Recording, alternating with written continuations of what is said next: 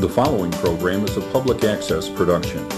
Comcast is required to provide time on this channel and make it available pursuant to franchise agreements with the communities we serve. Comcast is not affiliated with the following program or the producers of public access programming and is not responsible for the content. The following program does not reflect the opinions of Comcast or its affiliates.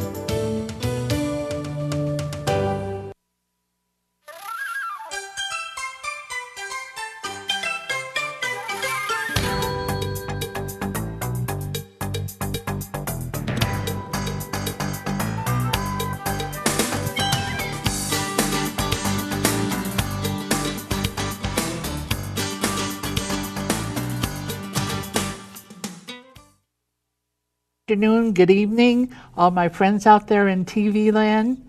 This is Senior Issues, etc. I'm your host, Vita Verdon. Hurry up, get your coffee, your beer, your RC, your Coke, your Diet Coke. Sit down, this show's for you. Now, a few months back at the Senior Center in Libertyville, you all know I live in Libertyville. I was at an affair at the Senior Center, and this attractive young woman came up to me and introduced herself, and she says, I'm the editor of Patch in Libertyville. And I said, what's Patch? I didn't have a clue what she was talking about. But you want to know something? I have since found out, and much to my surprise, who knew such a attractive young woman, vivacious, would have such a dynamite job and have a brain too. So that's what we're going to find out, who she is, what Patch is, and how you could hook into it. So sit down and relax, because this one's for you out there. I'd like to, with my pleasure, introduce Chang. It's so nice to have you here on the show. And she is the editor of Patch in Libertyville, Illinois. So first of all, I know these guys out there, what they want. They want to know everything about you, up close and personal. Okay. So my name is Chang, and I was born in Taiwan, raised partly in England, and I came to the States to get my master's degree at Northwestern University. And then I served as a reporter for Business Week, Cranes, and a couple of other publications. And then I discovered I really wanted to get back into community journalism, where I met people. And so that was right about the time that Patch was started. And what Patch is, it's a network of websites that covers local news around the nation. So right now there's about 800 of us across the U.S. We have one in Libertyville, of course, because I'm the editor there. We have one in Grace Lake. We have one in Lake Forest, Lake Bluff, and we have one in Evanston, too. So what each local website does is it covers government news, village news, school news, and we also try to provide videos. So it's kind of like what you call an online newspaper? Yes, it's like an online newspaper, exactly.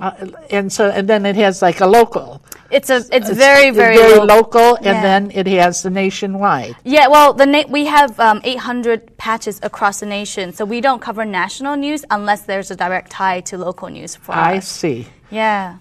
And so if anybody is like cross country, they could watch you if they put in the state? Yes. So if you're, for example, if you grew up in Libertyville but you moved away to Houston, Texas, and you're still curious about what's happening in Libertyville, all you would have to do is type in libertyville.patch.com. And then you could have access anytime, anywhere. But would you put in the state first and then the... No, you would just put in the town name. So town? Yeah, the village or the town name. Typically, we only cover villages. Oh. Because, towns have usually the print publication that does a very good job of giving them coverage. Mm-hmm. So what we like to do is cover the areas that traditional media, newspaper media, doesn't have the resources to anymore. Well, this is a fairly new organization, isn't it? So is it affiliated with anything larger? Sure, it's we're a subsidiary of AOL. AOL, oh, I got it. And it was started actually by Tim Armstrong, who's the CEO of AOL. And he was driving around his town and he was wondering, okay, what can I do in this town with my family? And so he went online to look and he couldn't find anything in one spot where he could find, okay, what can I eat here? What's the news here? What's happening tomorrow? Oh. And so he thought, okay, let me start one. So it actually started on the East Coast, I believe about 2 years ago. And then it started in New York? I think in Connecticut. In Connecticut. Or New Jersey. Don't quote me on that, though. Okay. But it started out east. It started out east and then moved west. From the Midwest to the West Coast. We cover the 3 coasts right now, the region. Well, how long has it been here in Libertyville? In Libertyville, we started in November 2010. So it's only been about half a year. And we came and we decided we wanted to figure out what the community wanted. So that's why I tried to go to a lot of community events, a lot of village meetings, because I don't want the website to be about what I, the editor, believe it should be about. I want it to be what people tell me. Hey, I think this website should have this news. It should have this information. You should cover this event because people care about it and we want to know about it. Well, that just is, that really reaches the depths of our heart because we have seniors, have pioneered for seniors, and what we didn't want somebody talking about what seniors should be and what seniors should do. We want, as seniors, to do a show about seniors as seniors because we know what's going on. And I think that's that grassroots mentality, is what gives the vitality to anything. Yes, and that's why I was really happy to run into you at that event because I had been searching for someone to help me cover the senior issues because I'm not mature enough to understand all the issues that seniors face. So I had been hoping to find somebody that would be able to discuss the issues that seniors would really care about. And it was even perfect that you guys were in this format because I believe people like to read, but they also like to see videos and photos. And I think that's what's great about an online newspaper is that it's not just text anymore. You can get photos, you can get videos, and we do live tweeting and blogging, which is kind of where people can interact with the editor and tell us, okay, I saw this happen, you should come check it out. So the most recent example I can give of this is, I don't know if you guys are American Idol fans, but Haley Reinhart, who is from Wheeling, she was back in Wheeling this past Saturday. So a group of the editors actually went out and we did video and we did photos and we did articles, but all at the same time we had another editor who was just constantly tweeting and telling people at the moment that it happened. Moment that it happened, yes. What's going on. Oh, that really is instant communication. Yes. So that's our future goal is to get news even faster than it is right now. So that's faster than a paper trail. Yeah, it's definitely faster. That is really something.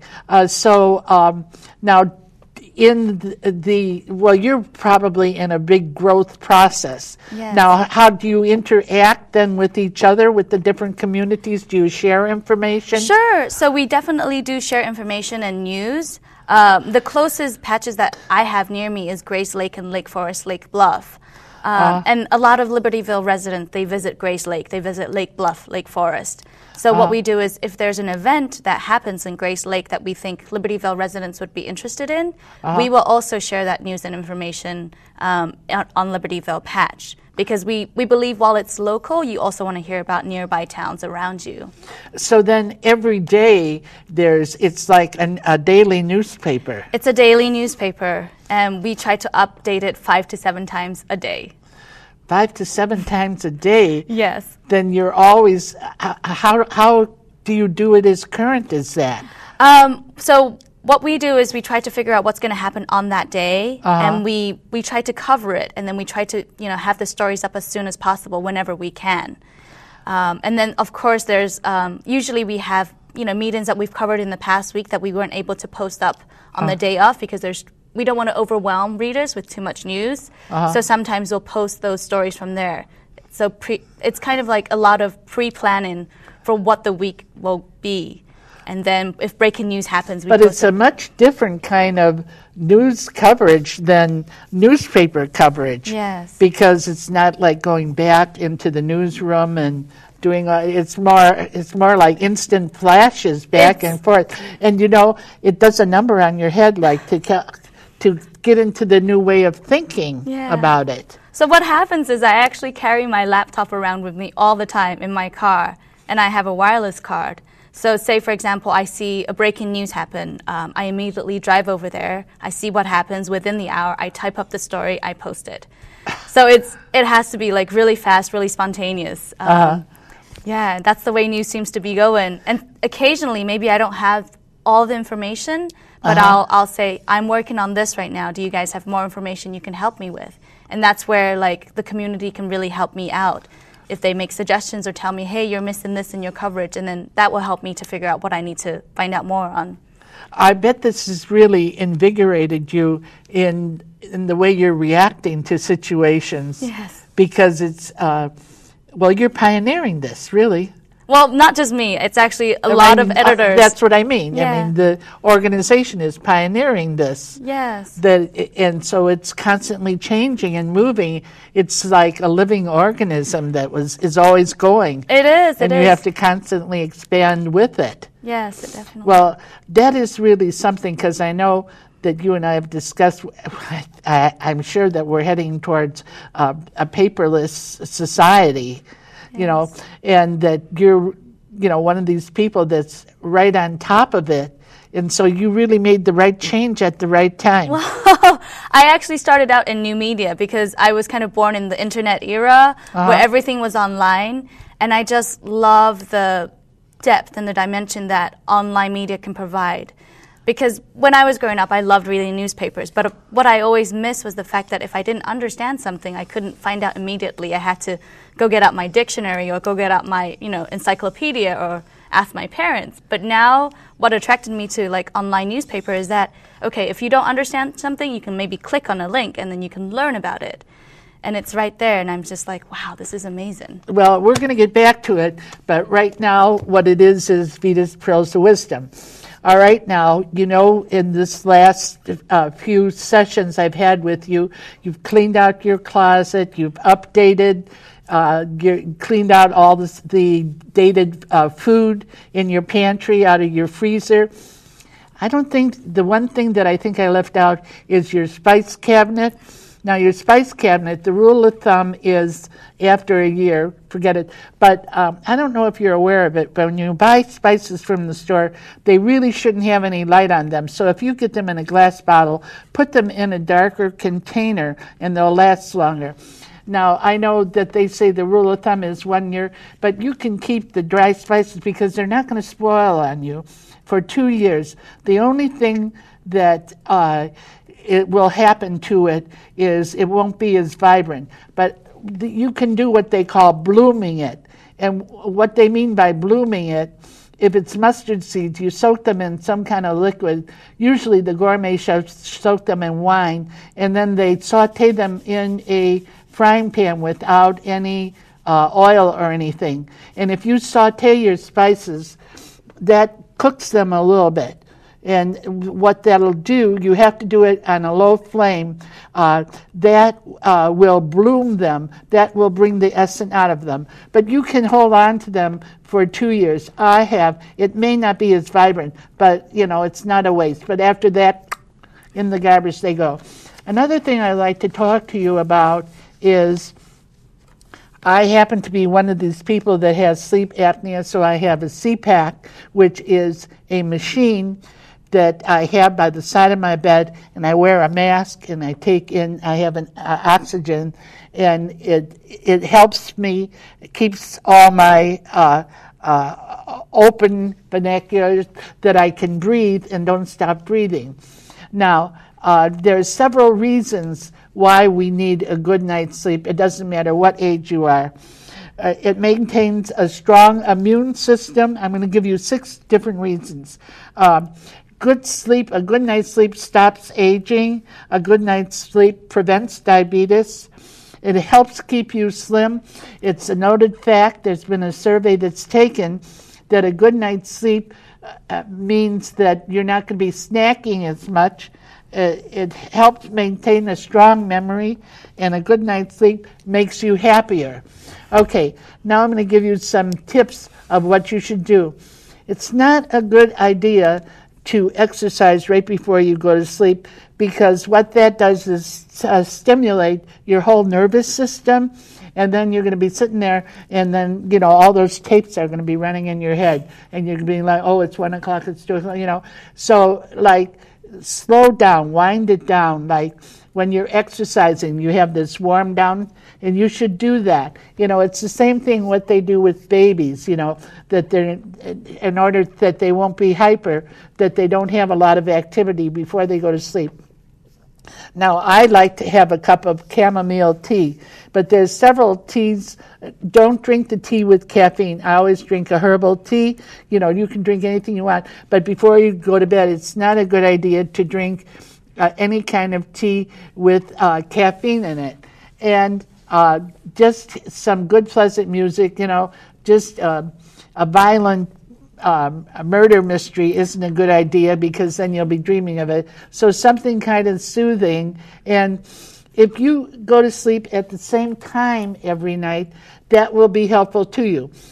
Now, if you find out that you're nogging off during the day or when you're behind the wheel of a car, then it's time to go to your doctor, and they'll send you to a sleep clinic. It's covered by your Medicare insurance. You don't have to worry about it. And they'll determine in how many times that you stop reading, because that's what happens to a person with sleep apnea. And believe me, that getting this diagnosed is a good thing.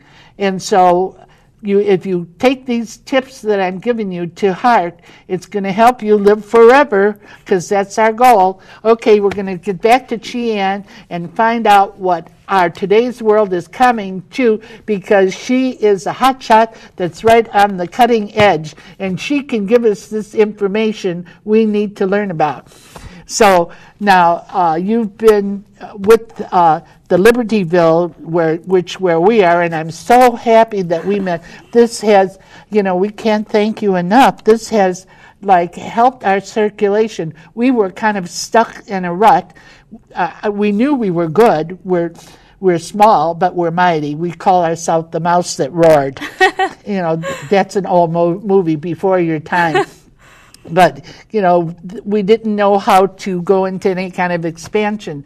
And our goal isn't to be all over the country, but to connect with other communities, and they can see if we can do it, because we're probably older than most of you out there. I know Selby is going to be 88, and Joe is 87, going to be 88, and Art is 84. Gloria, the producer, is 80. I'm going to be 79. So we're all, then there's various ages around here. So we're not young seniors, we're old seniors. So you can learn something from us on this level. So now that you started this in 2010, right? Yes, that's correct. Now, what is the goals? Well, the goal of Patch is to really bring news and events that's happening around people for them, because we believe if you have a strong community, you have a greater society. And the only way to be part of your community is to be plugged into your community. And not everyone has the time to always be, finding out by themselves what's happening. So the mission of Patch, I believe, is really to get out there and make it easy for people to know more about their community without, spending too much effort. So that's the job as us editors and my team of contributors. We just go out there, we sit in on meetings, and we like to believe that we act kind of like a watchdog over government, schools, and, local organizations. If we hear people tell us things that's happening in the community that they think shouldn't happen, we will look into it and see if there's a way we can cast a light into it or share it with the community so that we can figure out a way to solve this problem or to make it better for the community. Well, one of the things that interests me is so everybody on your team is technically savvy. Yes. You'd have to be. And this has to be a wide difference between that and then a newspaper. How could you cut this down so drastically? You mean the cost of the operation? Well, not only the cost, but manually all the steps that you go through. The the funny thing is with newspapers is that, well, I worked in magazines before, and what happens with magazines is the reporter writes the story, the editor edits it, somebody fact checks it, and then they lay it out on the page, and it goes to a designer. But here it's all online, so the format is always very similar. You have the article on the left, you have the photo on the right, and as an editor, all I have to do is just to plug in the content and the photo, and there is no design process. And then also, there is no process of like the print-in and the distribution. So that eliminates, that's what I was wanting to know, the process. Yeah. So it's cut down steps. It cuts down steps. That's so interesting. Yeah. Now, since you came into this, and you're more or less pioneering it, is there any stumbling blocks? I think the stumbling block for me was to really get to know the community because I was originally living in Chicago and I came to Libertyville specifically for this job, and I actually moved here for the job. And so being a newcomer to the community, the stumbling block was probably trying to figure out in the first 2 or 3 months what exactly my community wanted from this website. But luckily, everywhere I've been, all the events, all the organization, all the people I've talked to, they've been very friendly. And they've always pointed me in the direction that they think the website should go. An example I'd like to point out was I was at the Senior Hall of Fame event on May 12th. And I ran into the mayor there because he was there to, thank the volunteers for their hard work. And the mayor pulled me aside and said, I think you should talk to this man because, he served in World War II and he's on our Memorial Day committee and he's probably going to be a wonderful story that, we would like the community to know about.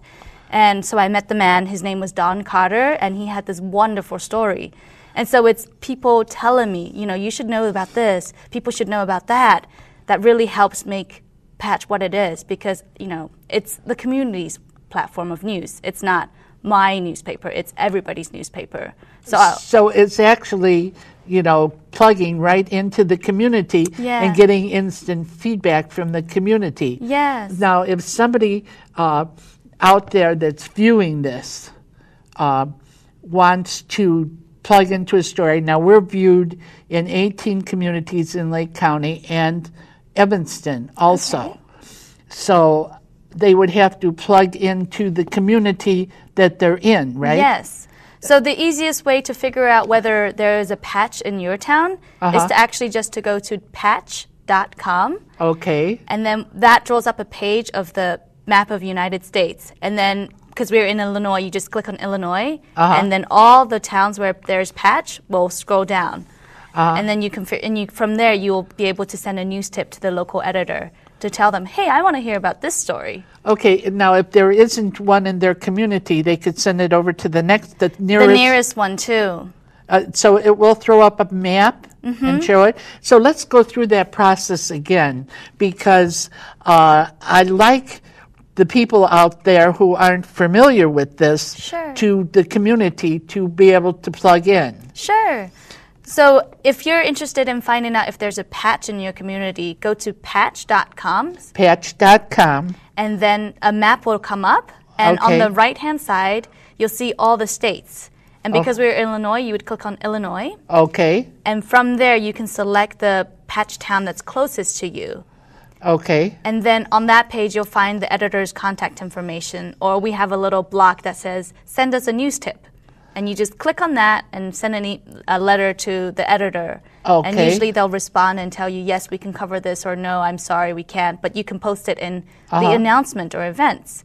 The one thing I would like to point out is if you have like weddings or birth or graduation, or your kid did something wonderful that you want the community to know about, you can post it on the announcement page, which is also on the homepage of your local patch.com. Okay, so now that is something different. They would get into their local newspaper. You have a daily newspaper, right? Yes, but it's all online. But it's all online? Yes. Okay, so it's the daily, I shouldn't call it paper, the news online. The news website. The news website. Okay, yes. I want to use the right language. Okay, and then click onto announcement. Yes. And then they could just type it in there. Yeah, they could just add their own announcement.